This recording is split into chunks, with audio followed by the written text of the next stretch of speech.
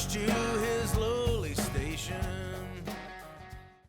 Hi, and welcome to Ounce of Prevention, Newfoundland edition. I am Vickie Morgan, and I am in St. John's, Newfoundland and Labrador, and I'm joined today by registered social worker Kim Kelly. Kim, thank you so much for being on Ounce of Prevention.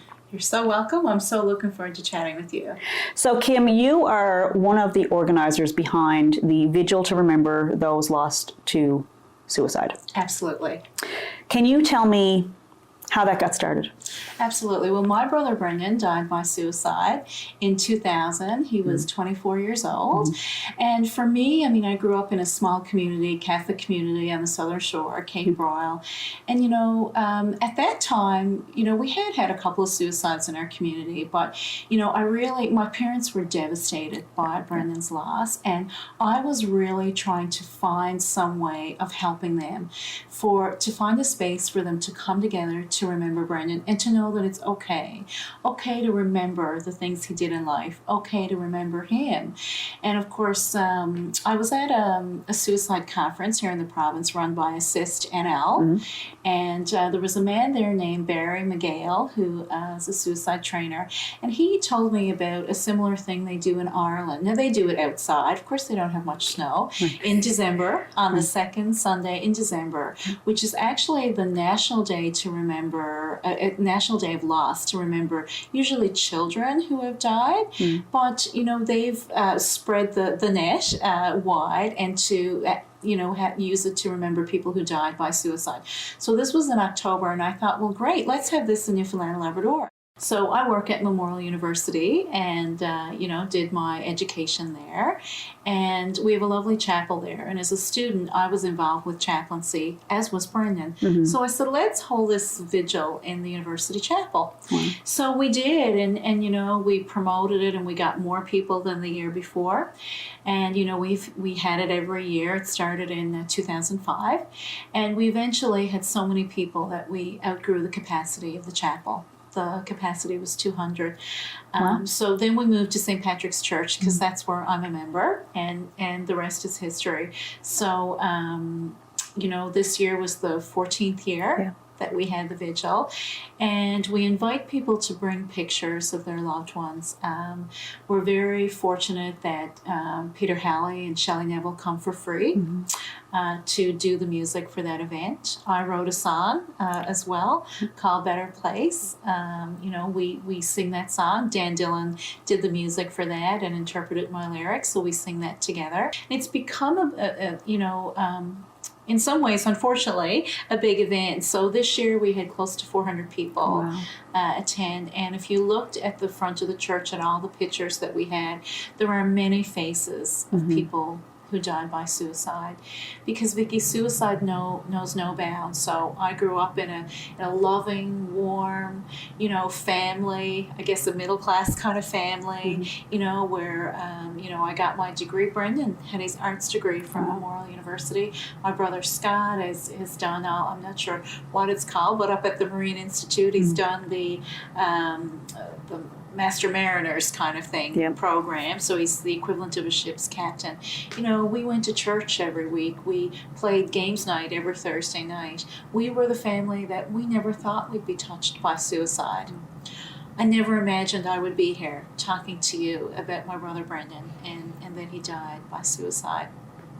But suicide knows no bounds, so it doesn't matter what someone's education level is, what their culture is, what their gender is, how much money they have, etc. How famous they are. When we look at even, in the past year, we've had Kate Spade and, Anthony Bourdain and, and many more. Absolutely. Who are famous as well. So, my one thing was to look at how can we help people in our community deal with the loss of suicide, and how can they be supported themselves. So the vigil helps, I think, helps people. Helps Absolutely. people in that way. So Kim, tell me how you were affected. It must be pretty difficult knowing how to take care of other people when something happens to you. So tell me what the experience was like for you that led up to this idea, why you wanted to help other people, but how did it affect you? Tell me about your mental health when you lost your brother? Okay, sure. I don't know if I've ever been asked that question before, so that's a great question. So for me, of course, as a social worker, self-care is very important. Absolutely. So I've had to learn, first of all, to talk about it openly. Our family did that right away. And rather than, shrug it under the rug or not to believe or admit that it was a suicide, I felt myself, and I was probably the one person in my family who felt as strongly as that, maybe. And I think it was my social work background, because I do believe that in order for us to talk about mental health, we really need to, Tina Davies and I joke that, we were talking about Let's Talk way before Bell Canada was. Right. So, and I mean, many more besides us. We're just a couple. And they're doing great work. And they're doing great work. I think the theme of ounce of prevention is let's actually talk about mental health. Yeah, not just about the guy down the street or the relative that you have, but let's talk about it, because when you share and I share and we have people on who share their stories, I think it reaches people in a real way, to know that they're not alone and that other people go through it. And the more we talk about it, the problem shrinks. It really does. When things are out in the open, it shrinks the problem. So I really appreciate you sharing that part of your absolutely story. And of course, when Brendan died, I actually wasn't a social worker. I was a social work student at the time, and I took a leave of absence from the program. Because I felt that, I didn't even know if I would go back and finish the degree. But my mother, who did not finish high school, really encouraged me. She said, Kim, you know what, you need to go back. And in fact, I was working in residence life at Mon when this happened. And, it happened just before orientation. So I took... It's a big event. A big event at Mon. Absolutely. A lot of pressure. A lot of pressure. I took 2 or 3 days off and went right back to work. Yes. but for my own... Which can be very good. A routine is good. But my mother told me and encouraged me to go back. She said, your father and I will look after each other. And she said, you need to go back to work. And you know what? She wasn't a social worker, wasn't a therapist, but it was probably the best advice I've ever had, because it allowed me to establish routine again, and routine is very important. So for me, one of the things that's worked for my mental health, I dive into my work. And I work with students at Memorial. I've been, fortunate enough and privileged enough to learn as much from students as I hope they've learned from me. Right. And together, we've worked together to do many great things. As they go on to be leaders in their community. Right.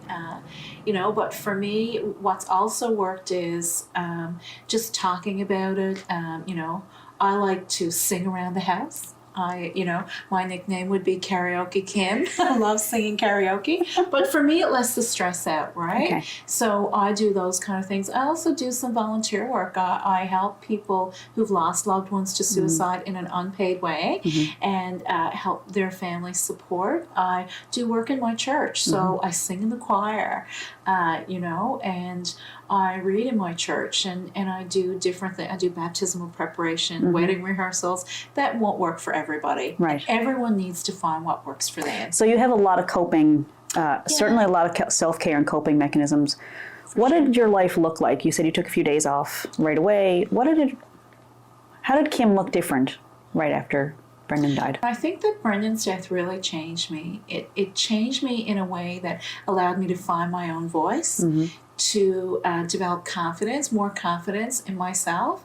Because I remember, Tom Brophy, someone I went to school with, said, my gosh, Kim, when you were in high school, you were so quiet. Now, I was involved, but I was quieter, right? And in university, I think being a student, being in residence, being involved and being engaged in the university and surrounding community was really my coping. Okay. And it was really where I found my voice.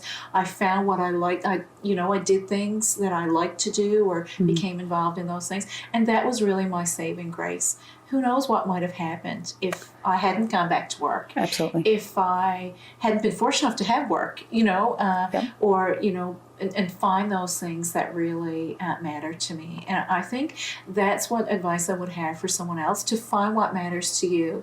After Brendan died, I had to find new things without him. And we did as a family. So you have to develop new traditions, new things that you do, while also remembering Brendan as well. One of the things that it's really helped my family cope in recent years is we started an award, the Brendan Kelly Memorial Award. It's only $500, so relatively small monetary value in compared to some others at Memorial.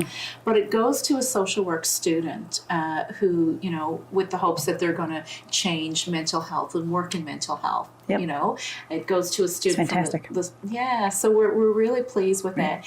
So this will be the 4th year we're giving out that award, and it has changed how my mom has looked at my brother Brendan's death, and she gets to come and give out the award every year. Yeah.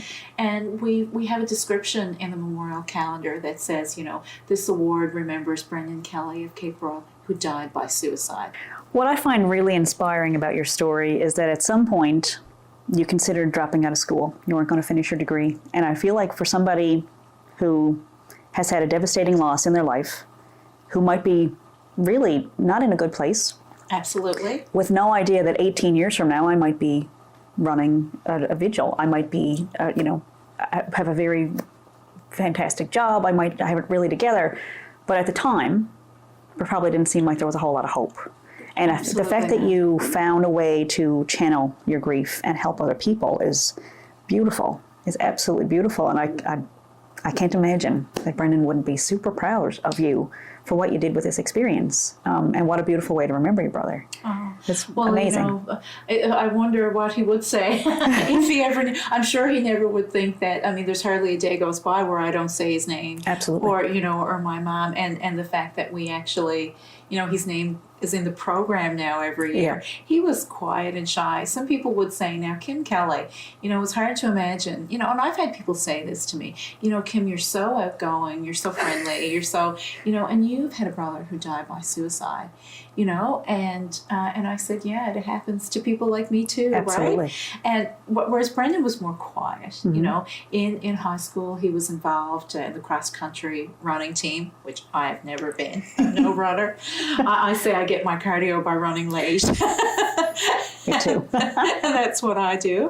But, Brendan was a chess player. My dad taught him to play chess. So he actually got 3rd place in the Canadian regional chess finals. Wow.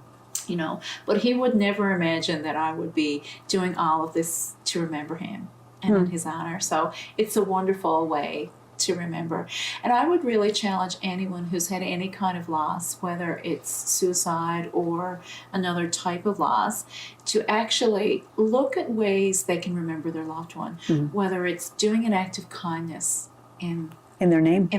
Yeah. Starting what you have done for the Grace of Joe, right? And why you're doing an ounce of prevention. Absolutely. To help other people, which is so incredibly inspiring, right? And you're the reason I'm here today. Oh, wow. To talk about this. And, or whether it's lighting a candle in memory of their loved one, or, lighting a light on a tree at a hospital at Christmas time, or just doing something to remember their loved one, because, everyone deserves to be remembered. You must get people disclosing. They want to tell their stories. Do you need a background in social work to start a vigil? No, absolutely not.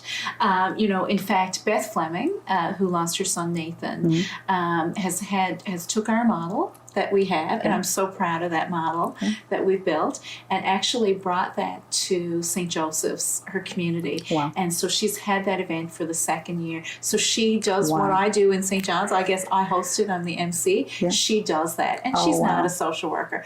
Absolutely not. People can have this kind of a vigil. They can just have a candle lighting. They can just have whatever it is. They can have music. They can have a little remembering. You do not need to be a social worker, to hold. While I recognize the value of a vigil, maybe because I'm a social worker, right. But certainly you don't need to be that. The only caution I would have if somebody wants to start it in their community is to make sure, because this is such a topic that people can feel really vulnerable, and Absolutely. it can be a trigger for some. I would just ask that they have maybe invite a local social worker in their community, or invite maybe somebody from Assist NL who does suicide intervention training to be there to support in case somebody is in need. We make sure that happens at the Vigil in St. John's, because while I'm emceeing, yes, I'm a social worker too, but I have a job to do while I'm at that. So we actually have some trainers there just in case somebody is at risk or needs extra support. You never know. Right? Yeah, and we give out a little thing as well with resources on there and how to cope over the holidays. And one of the reasons why we do this in December is Christmas is probably the most difficult time of year. Most beautiful and the hardest month of the year. And the hardest, right? Absolutely. So you can imagine when everybody else is out shopping and getting ready for their kids. I mean, I don't need to say you can imagine, because you know. Absolutely. You know, you've been there. But, you know, for somebody who is just trying to get over that loss, to put their 2 feet out on the floor might be all they can do. And they might not want to. And maybe there's no over. Maybe there's no getting over. Maybe there's only through. And maybe this is something that helps people get through. And find a way to include it, because forgetting it and pretending it didn't happen are two different doesn't help things. anybody. That's right. And one of the things that people say to me is that my Christmas preparations don't start until after the vigil happens. Absolutely, yeah. Right? And for some, you know, I know people who just go away and don't want to have the regular Christmas festivities here because it's too hard. And that's okay too. Sure. Right? Sure. It's whatever it is for the people. Traditions have to start somewhere. Absolutely. It always starts with the one person that's going, you're having what for Thanksgiving dinner? Like, there's changes have to happen. It starts one person at a time. Absolutely. And one of the things we do in our family, you know, and I think it comes from my own background. I'm a strong proponent of narrative therapy. And narrative therapy is all about reshaping or restoring what has happened. So I like to restore Brendan's death. We can't change that he died by suicide, but what I can change is how we look at that, how people talk about it, as we mentioned earlier, and the focus on what he did in life rather than just focus on death. And for me, while I call myself, anyone who's died by suicide is known as a survivor of suicide loss, but and while that's an important part of me, it doesn't define me. Absolutely not. Right? It's not the only thing that I'm a part of, and it's not the only thing that I do, you know. So for me, that's important too, you know, to find other ways. And it seems like it goes against instincts to, this is a thing that you want to forget. So to talk about it openly and go ask other people to talk seems counterintuitive. And it seems like the culture here is bury it. Put it away. Don't bother people with this. Put your grief away and do it privately. Why do you think your family decided to be open about it?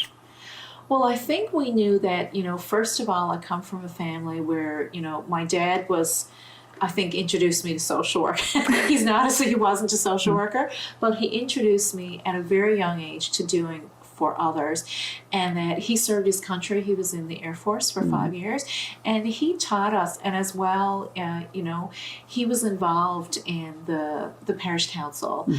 You know, he was on the initial steering committee for the Cape Royal Town Council. Wow. He was on the school board for the Fairland District. He taught me that that we all have a responsibility as citizens of this world to take care of each other, people and to take care of each other. And I think if you're able, yeah, absolutely. And I think that, you know, our family discovered that we are able. Do you think you knew before that you had so many abilities and so much strength to be able to do these things? No, absolutely not.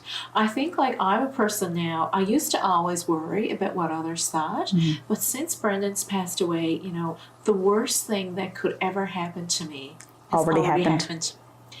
And so I look at it now, you know, I consider myself a funky person. I can break out in song or dance or do whatever. You're very funky, Kim. I'm very funky. And I don't worry about it, though, anymore. Like, you know, my partner, Mike, is more quiet now. I'll sometimes get him to dance or something out in the kitchen, and our room is open to and he's, oh my gosh, Kim, people might see us. And so he thinks about that, but me, I don't care. And I you know, while I hope I'm not being disrespectful of others, I really think it's important that I am who I am, and that I really am comfortable with that. And I think I owe Brendan for that. I owe how he died. I owe the fact that he died. The fact that he died by suicide, and that was his way out. I don't want that way for me, and I want to live in a world, and I want other people to live in a world where they need to be who they are, and to do what it is that works for them. Well, being respectful of others. Absolutely, absolutely. But doing what they need to do, and that's what I do. What a gift. Right? And, what a gift. Well, it's helped me.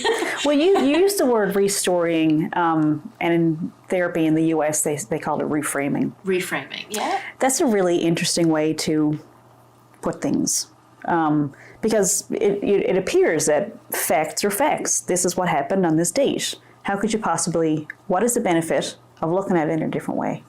Right. How does that help anybody? Well, that's a great question. Because you could argue, like, no, well, this is what happened, though, Kim. How can you take a story and change the details, or look at it in a different way that serves you better, or serves you in a way that's healing? I think we have to do that. I think with suicide, because, as you said, of the stigma, and I think we've really changed, like the fact that people like myself and others are talking about it. I do think, like, because 18 years ago when I started this vigil, I would have never imagined people coming together in such a community way.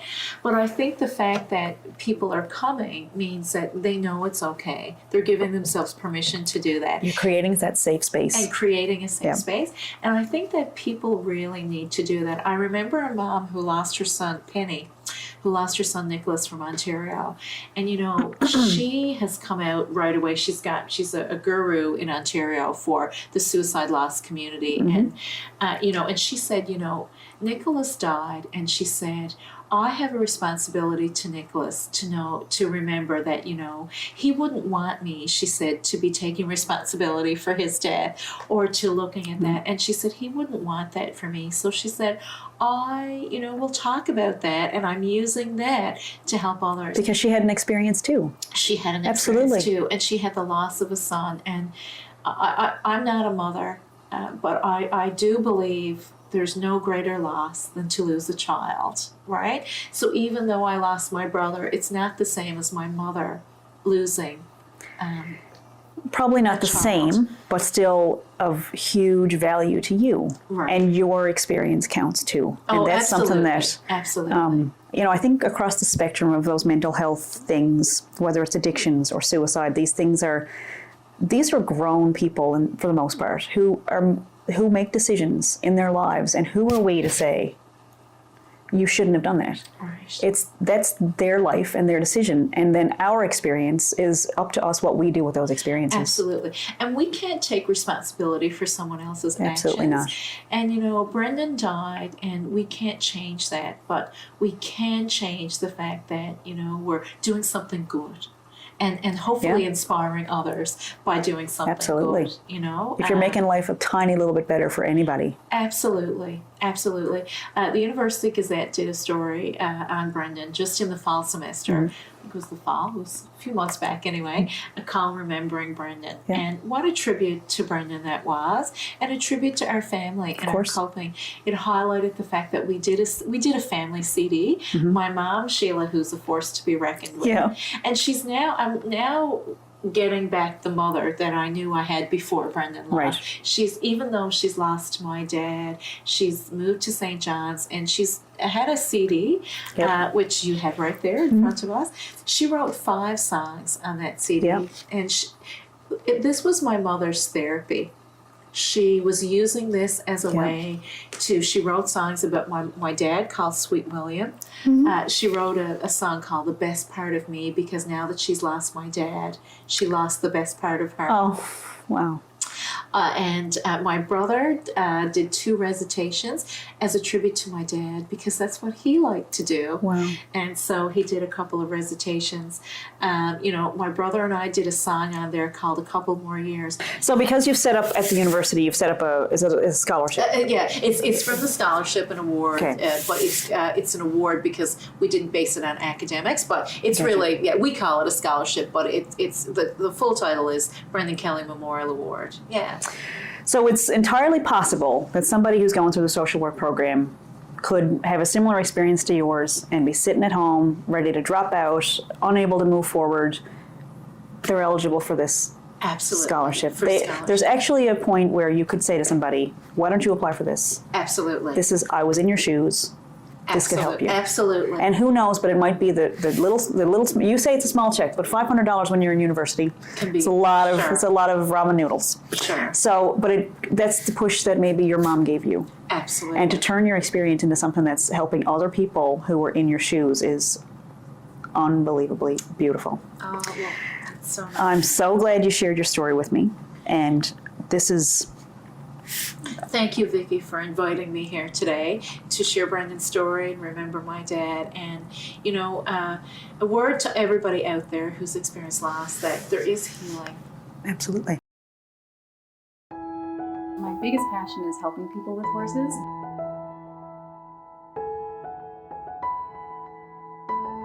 I've been an avid horse lover my whole life. I kind of grew up around it. When I was about 15, I started experiencing panic attacks and depression.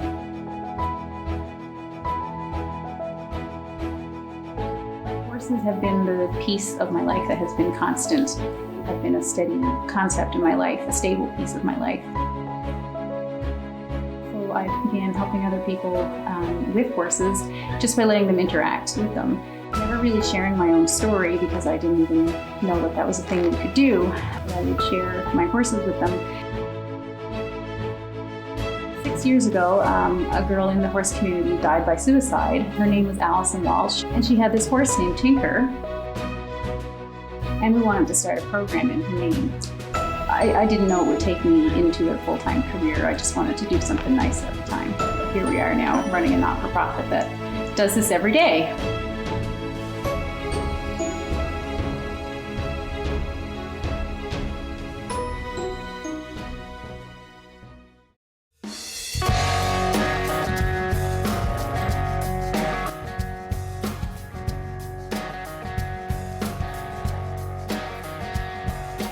Lucifer, the light of heaven, that sinner never was forgiven, banished to his lowly station, till he checks out in Revelations. Why?